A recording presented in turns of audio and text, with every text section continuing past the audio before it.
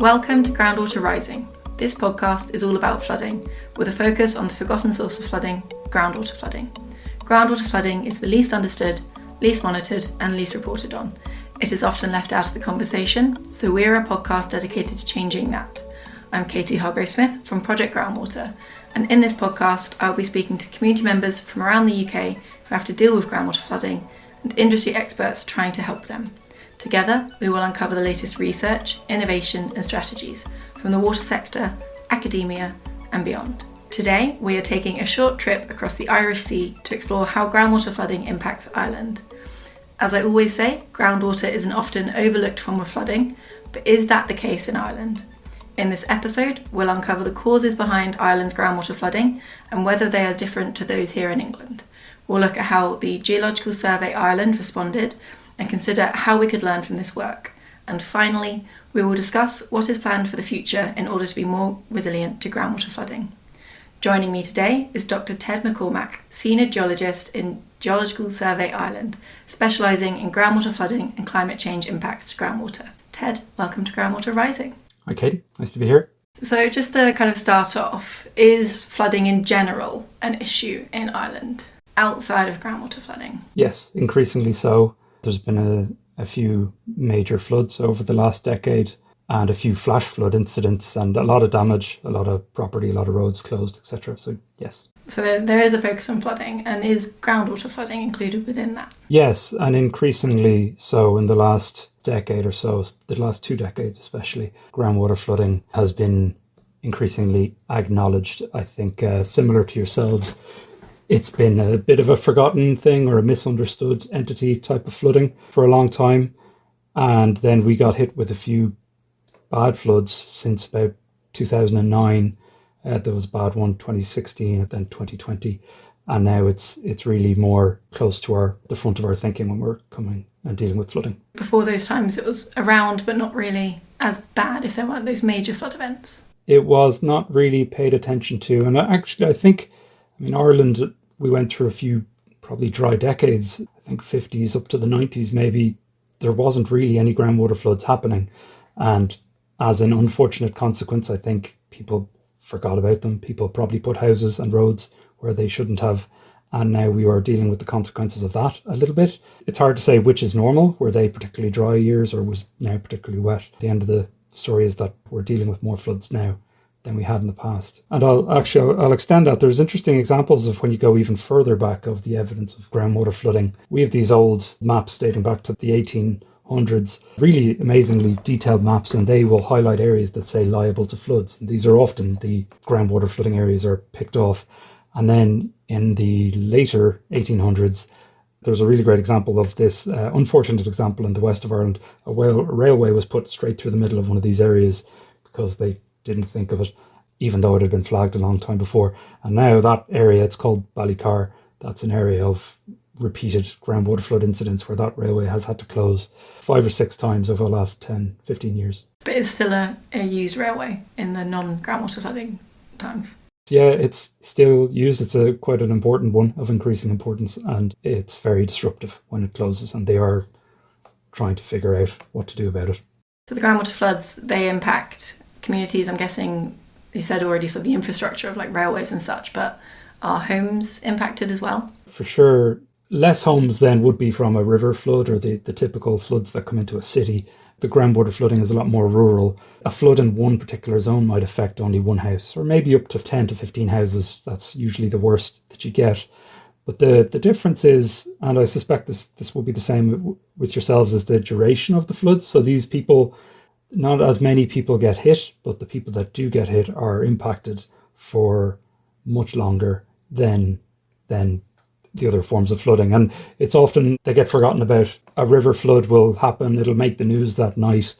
Everyone will be quite rightfully upset. It'll leave the media and the floods will leave the houses. In groundwater floods, it'll leave the media and then 2 months later these people are still dealing with water in their kitchens. Or months later they're still not able to get to their house because the road is cut off. So it's a real different type of problem. Yeah, sometimes we find it doesn't even reach the media because you said it's only like 5 or so houses, and that has much less of a media focus than when a whole town is flooded. So it's the same as those little rural pockets, smaller groups, but that horribly long duration. It does sound very similar. Oh, yeah, it's quite devastating for the people who are affected. So yeah, it's something that shouldn't be overlooked and increasingly isn't overlooked in Ireland. You mentioned that there were 3 kind of major events. Are these linked? Was there similar? Was it long durations of heavy rainfall that caused them?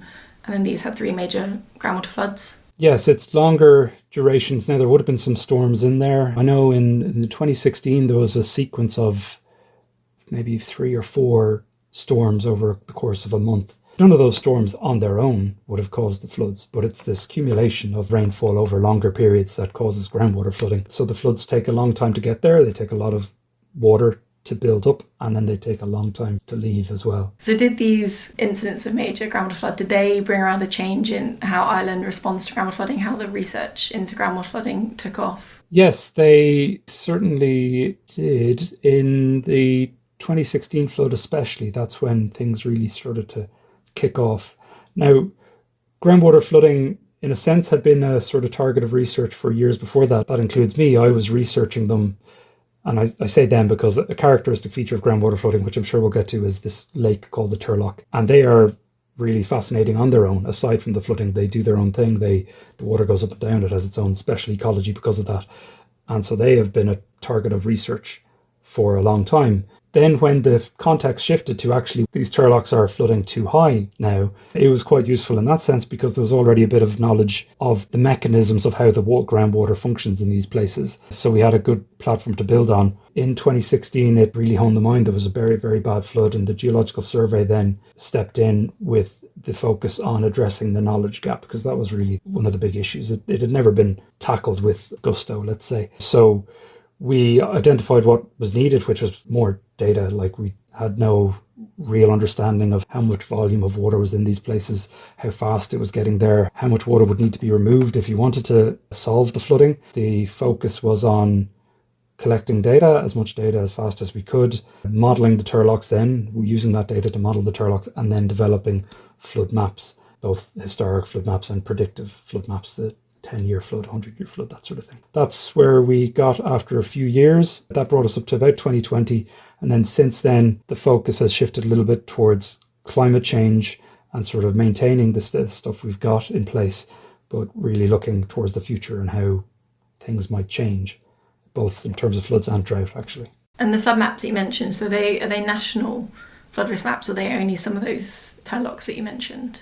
They are a national map, but they are focused on turloughs. So there are other forms of groundwater flooding in Ireland. I should have said this earlier on. Turloughs are the main culprit. They do the most widespread flooding. And so that's what we focused on. This is flooding in karst regions. There would be groundwater flooding in cities or groundwater rebound issues. But that's a whole other ball game and quite different techniques to look at that. So we focused on the main issue first, made a national map. And with the maps, our predictive stuff is based pretty much squarely on turloughs, places that we could collect data, enough data to make a model and to make a prediction. Aside from that, there would be our historic map, which is kind of everything else. Maybe we can't collect enough data from a site to make a model and a predictive map, but we can say this was the biggest flood we ever saw. So that's a lot more all-encompassing. It's a more useful map for places with less information on the groundwater flooding. Do you mind explaining what a turlough is? Turloughs are seasonal lakes fed by groundwater. The name turlough in Irish means dry lake, so that kind of gives away. They're around the west of Ireland, mostly in the Midlands a bit. There's about 600 to 800 of them. That number is still being worked on a little bit. Current research between ourselves and the National Parks and Wildlife Service in Ireland is teasing out whether some sites are exactly turloughs or not. They are fed by groundwater. Because of their unique flood pattern, they pop up and down every year. Some are fast, some are slow, some are deep, some are not. Because of that unique flood pattern, they have unique ecology associated with them, which is why they are often protected as special areas of conservation, which brings a whole other dynamic to what makes a turlough. That's why the exact figure of turloughs is a little bit imprecise. The definition of a turlough sort of encompasses the groundwater element and the ecology element. I focus on the groundwater element and what might flood. They are mostly unique to Ireland. I think there's one in Wales that has been designated a turlough, and there's a good few features in Slovenia that are very similar to turloughs. They're not called turloughs though. I think one of the reasons they're mainly characteristic to Ireland is they're on karst and lowland karst, and that's not so common. That sort of combination of lowland karst and the water table not being very far below the ground. There's a lot of that in Ireland, these topographic depressions. The groundwater table is not very far below, so it doesn't take an awful lot for the groundwater to come out onto the surface and flood the lake. The lakes, by themselves, when they behave themselves, let's say, they're not a flood hazard. Everybody is familiar with them. They're lakes that come and go. Some of them, they disappear completely and they leave a field, and there's livestock on the field during the summer. Some of them have a permanent lake in the middle that always remains there. But everyone's used to them who lives around them. Nobody puts a house in a turlough. But then when we get too much rain, the turloughs come up and out of their usual bounds. They start maybe spilling over their topographic basin. Maybe one turlough spills into the next turlough. That sort of thing might happen, and that's where problems occur. And when you're talking about karst, what does that mean? Karst is when limestone is dissolved and forms these fractures and cavities in the ground. And this is what we get a lot of in the west of Ireland, and that's where turloughs thrive. Some of these places, the karst is sort of subtle cracks, which allows water to sort of seep through it. There's not a lot of storage in karst in the limestone. There's not a lot of space for the water to sit, but it can move through it very fast. Some locations, it sort of moves diffusely through the turlough, let's say. It's sort of like a reflection of the water table. Whereas other cases could have really well-defined conduit systems, sort of these cave systems that have formed, and they are quite often full of water, transporting the water quite quickly through the catchment.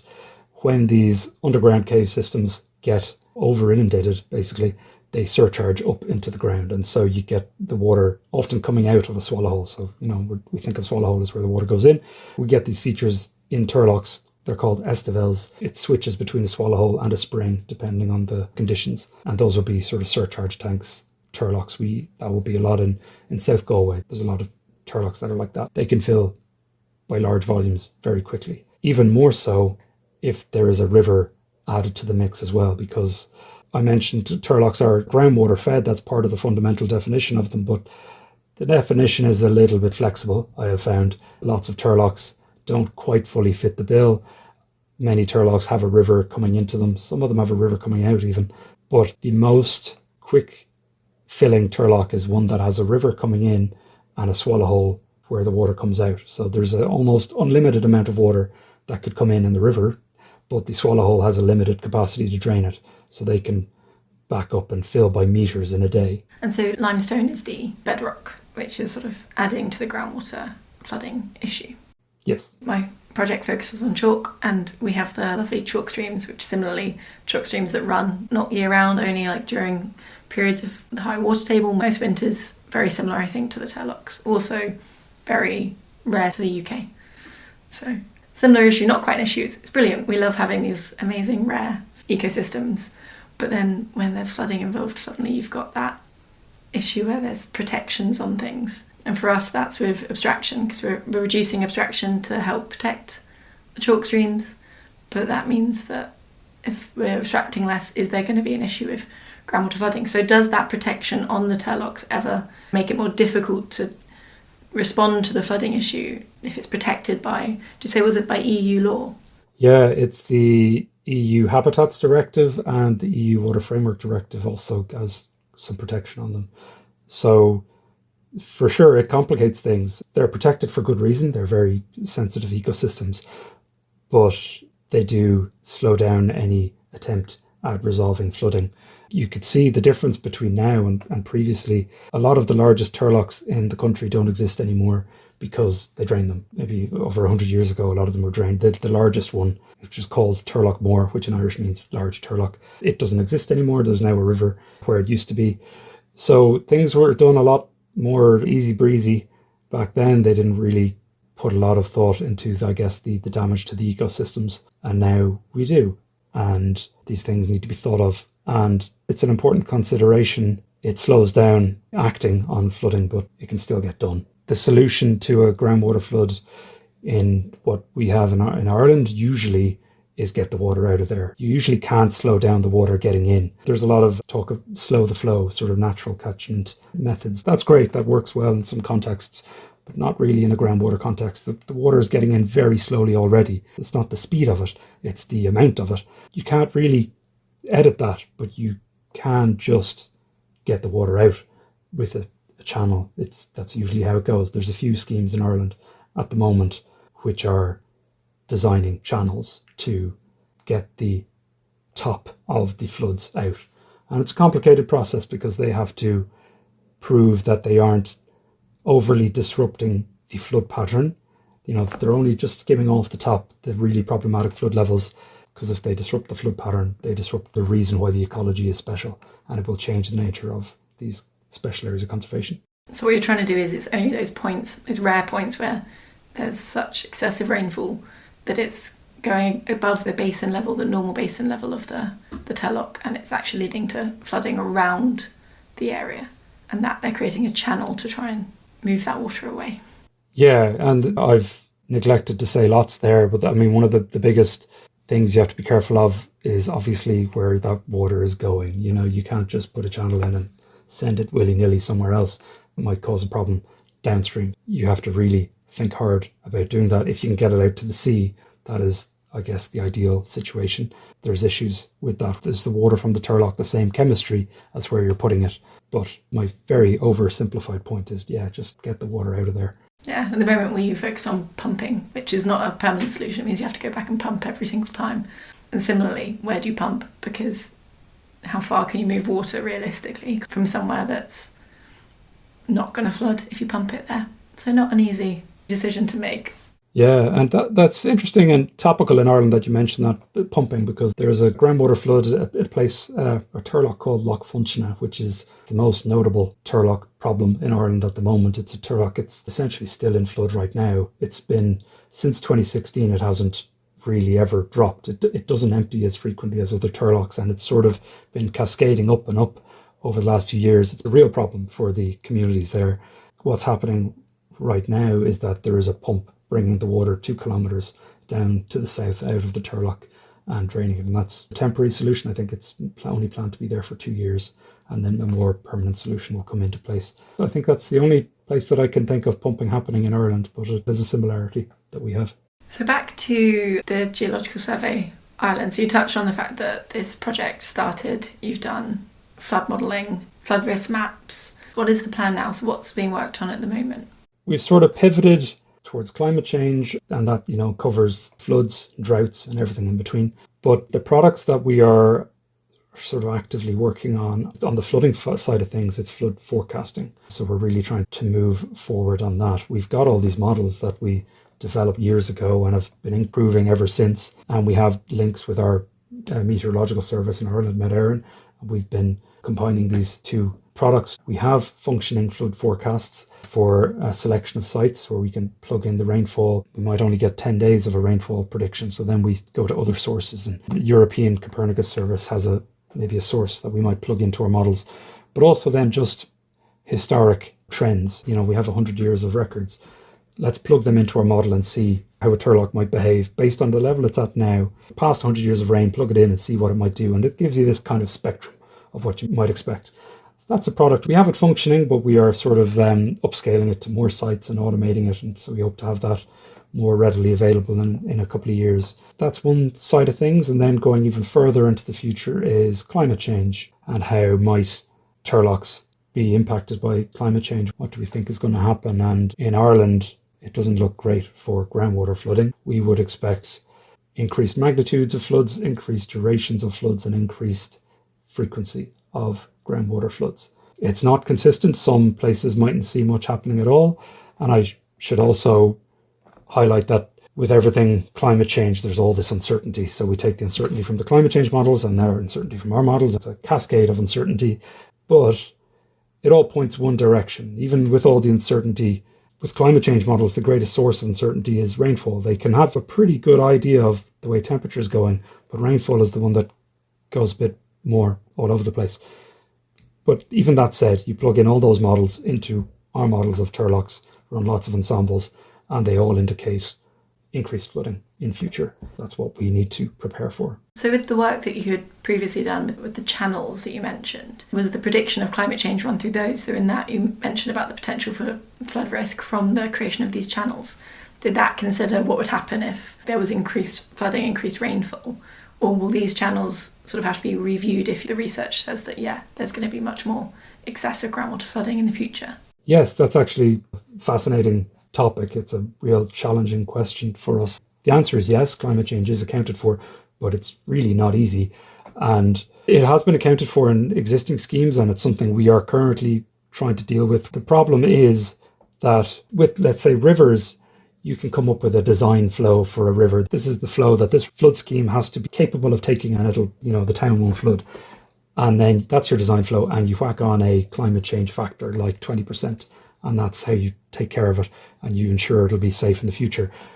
There's no parameter with groundwater floods that you can just whack on a factor. There's no design flow. Groundwater floods is the rain comes down and then it comes up from beneath.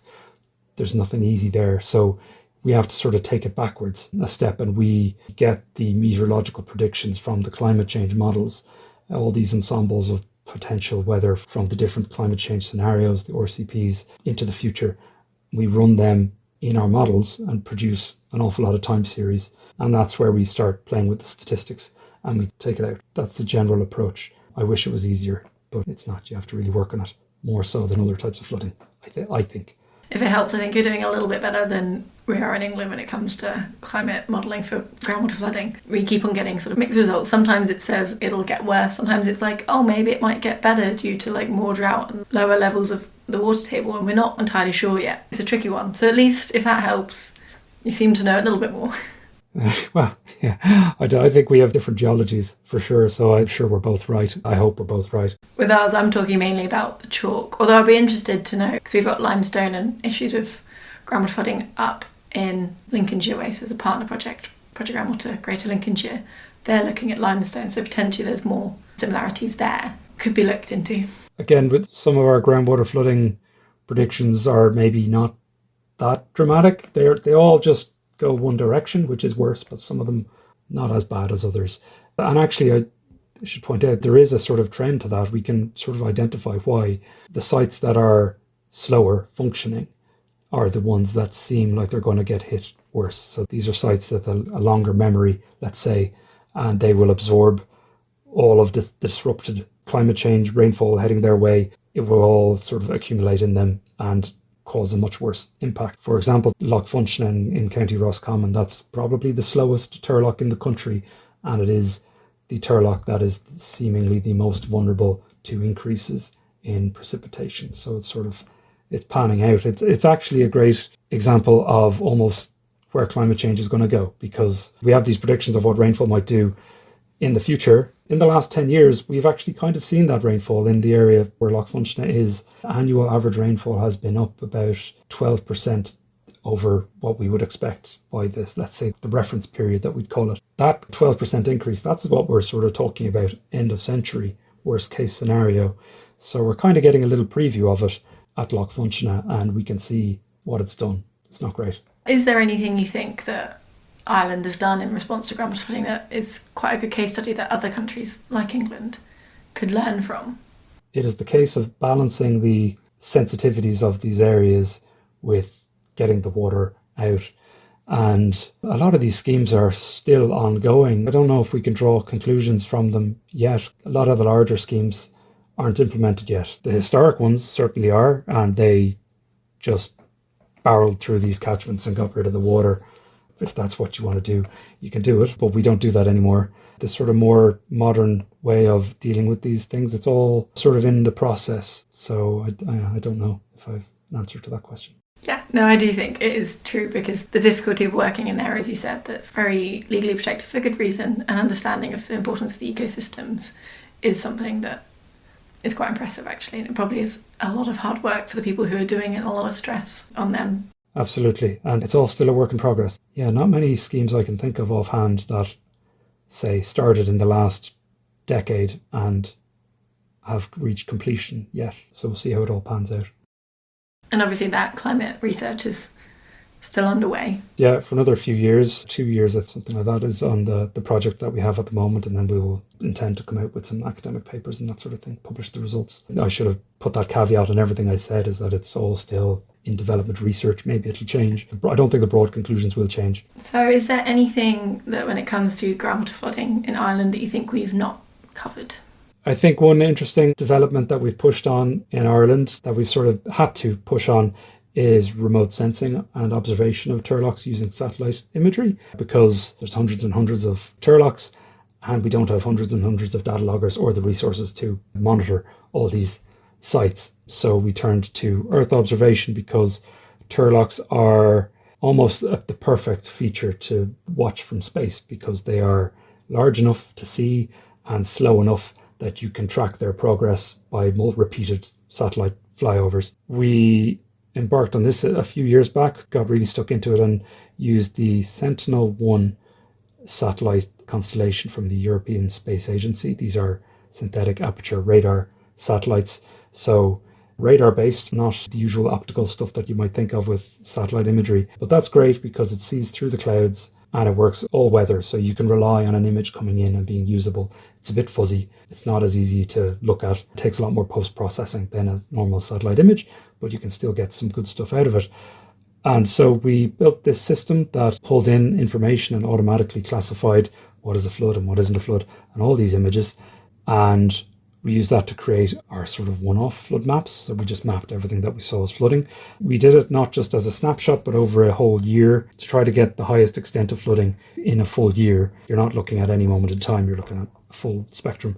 So we make those. Those are a product that we've started putting out online, and that's the basis of our historical map.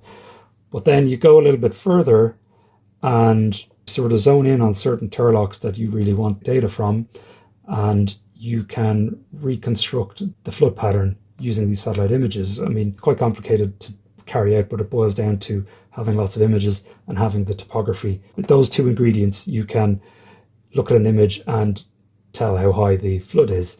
And so you do that over a certain amount of years and you have this hydrograph that comes out, which has been a really great product. It means our predictive flood maps have over 400 turloughs modelled and mapped, rather than about 60 to 70 that we had actual data logger information on. That sounds amazing.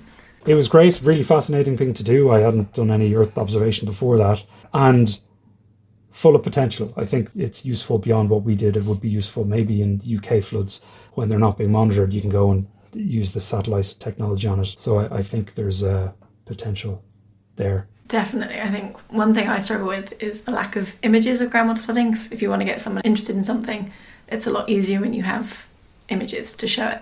And I went to 2014, which is when one of our major floods was. Clouds, all clouds. I was so upset. It's good that yours can look through clouds, because I can imagine how annoying it would be if you like there's good flooding happening to get like the imagery of, and then just clouds. Yeah, we have that as well with our, when you go for the other satellite. Sentinel-2 is the usual optical satellite, and yeah, clouds all over, especially in Ireland and I'm sure the UK. Just clouds all the time, everywhere, messing everything up for you. So no, radar imagery is a useful alternative. Yeah, and I can actually see how that might be applied in the UK floods, because as you said, like we struggle with groundwater flooding that it relies entirely on reporting, again, because it's not hitting large areas. It relies on people saying, I'm being flooded, which obviously some people are the type to say, I'm being flooded. But if it's not being reported, it's a lot harder to know where it's happening, who's it's happening, organise sort of support and response. But if you knew it was in a period of like very high groundwater, because we monitor the groundwater levels, if you were to be able to like just map with that imagery, that would be very, very useful. As well as also marking down what is groundwater flooding and what's not, because that's the other issue we have, is people will just say I'm being flooded and they don't know what the cause is or care what the cause is. They just want support, and then that means that we have underreporting of groundwater flooding as well. So we don't actually know how bad it is. We know it's pretty bad, but we don't know how much of the UK it covers other than on top of aquifers. So we don't have national groundwater flood risk maps yet. That's something we've not quite managed to do. You touched on an interesting point there about classification of groundwater flooding versus other types of flooding, which is a problem we have as well. We've had to make some assumptions with our maps, and we definitely got some of them wrong about, where the type of flooding is. But like you say, the people don't necessarily care. Sometimes it's not so important. You just want to get the thing mapped. That is the first priority, is to make sure you map it. Have a stab at telling which type of flood it is. In most cases, some of these rural environments, it's not maybe that important so long as you've mapped the flood that's happening. But then there are other cases where if an engineering solution is going to come in, if someone's going to do a flood scheme, definitely you need to know what type of flooding is happening to fix it. If you're going to do nature-based solutions, but you're in like a groundwater flooded area, as you said, it's not, slowing the flow is not going to actually help in that situation. So if you've not realised that the flooding is groundwater and you go for a nature-based solutions response, that wouldn't help so much. Might help a little bit in other situations, but it wouldn't necessarily always. And it's often neither one nor the other. It's a mixture of both, which is just a mess. And actually, on our flood map, we made one classification called GWSW, just because it's probably a mixture of both, or we can't tell if it's one or the other, and we just called it both. It's too difficult, and it would actually be a waste of time to try to go into the level of detail to figure out, in some cases, which one is which. Is that groundwater surface water? Yes, GWSW, yeah, groundwater surface water. Yeah, I feel like obviously surface water and groundwater is one that they're regularly going to impact each other as well. Well, groundwater will impact surface water won't really impact groundwater. But if the water table is high, then there's less drainage, so the surface water is going to be worse. You said there's rivers linked to turloughs as well, so groundwater flooding, they can interact. Yeah, for sure. Ted, thank you so much for joining me today, and thank you for listening to Groundwater Rising. Please hit the subscribe button on your podcast provider, leave us a review, and tell your friends and colleagues about us. Do you have a topic you'd like us to focus on Groundwater Rising, or would you like to join me to share your personal groundwater flood story? Please email me on groundwaterrising@projectgroundwater.co.uk. That's all for now. We'll be back on the last Thursday of next month with another episode of Groundwater Rising.